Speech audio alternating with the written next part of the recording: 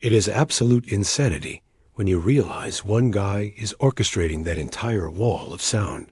Most one-man bands, let's be honest, they sound a little thin.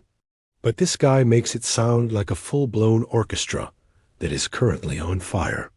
And the versatility is the real mind-blowing moment. Here's why that explosion of sound actually works. First, let's talk about the rhythm section.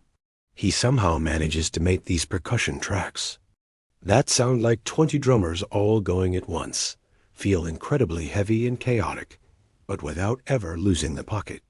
The groove is always there, holding it all together. Then you have the instrument swaps, but he plays them with the same aggressive mastery he uses on his lead guitar. That harmonica work, specifically, sounds like it's being played through a jet engine.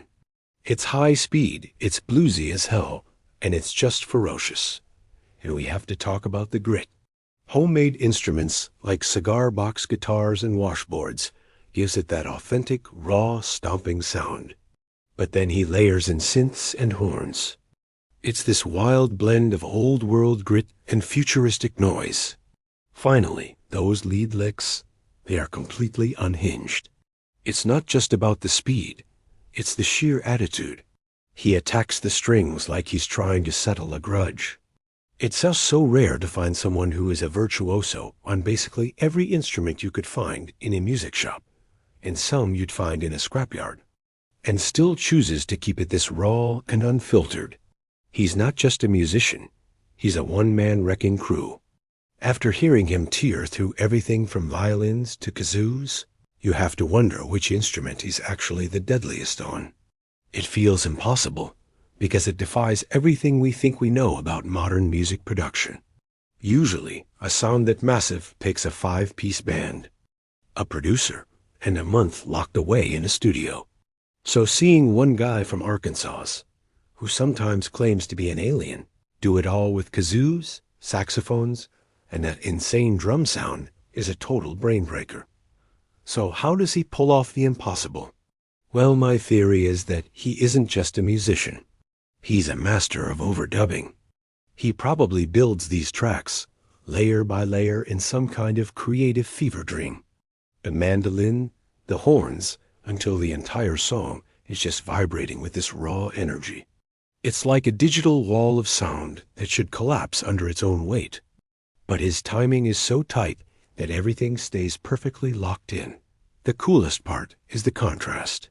He can play a violin or a synth with incredible technical precision, but then he'll immediately switch to a washboard or a cigar box guitar. He's blending this high-level, conservatory-grade musicianship with what are essentially junk instruments. It's like a master chef making a 5-star meal out of campfire scraps. It just shouldn't work, but it does. And we have to come back to the harmonica mystery.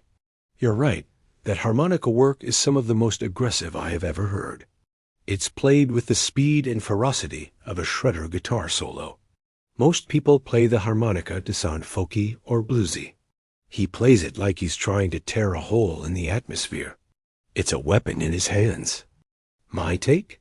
This artist is what happens when someone has world-class, undeniable talent, but absolutely zero interest in the mainstream spotlight. He'd rather be the best musician you've never heard of, living on a moon of Saturn, than some guy playing polished, predictable sets in a local bar. It's the ultimate screw you to the music industry, proving you can be a one-man orchestra without anyone's help or permission. Since he plays basically everything, do you think his guitar shredding is still the heart of it all? Or is that insane rhythm section what's actually keeping you hooked? It really is a singular anomaly. In an era where everything is quantized, auto-tuned, and polished to death, this music is a raw, distorted middle finger to the standard. What makes it so damn different is that it's completely fearless. Most musicians are afraid of sounding too messy or too weird, but he leans into the chaos like it's his oxygen. When you listen, you're hearing total autonomy.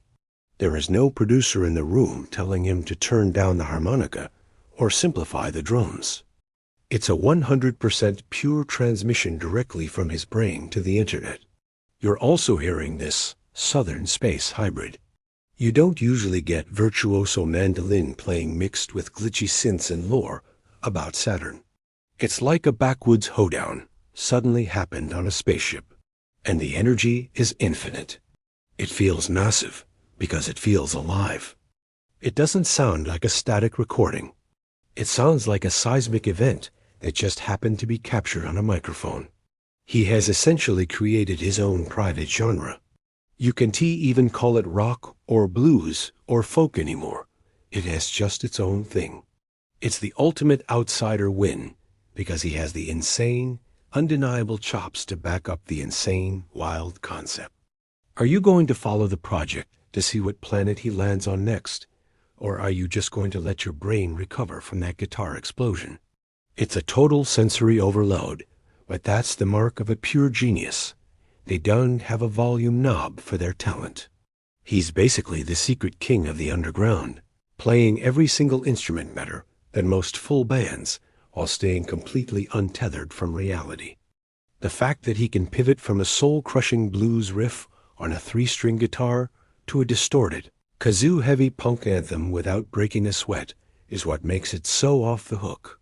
Most people who have that level of technical skill, they eventually get safe.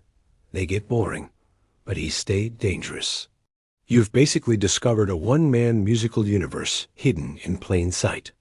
It's definitely too much for most people. But for anyone who actually knows what real, raw musicianship looks like, it's a gold mine. So let me ask you, do you think you'll ever find another artist who can match that intense, high-energy output, or has this kind of music ruined normal music for you forever? Thanks for watching.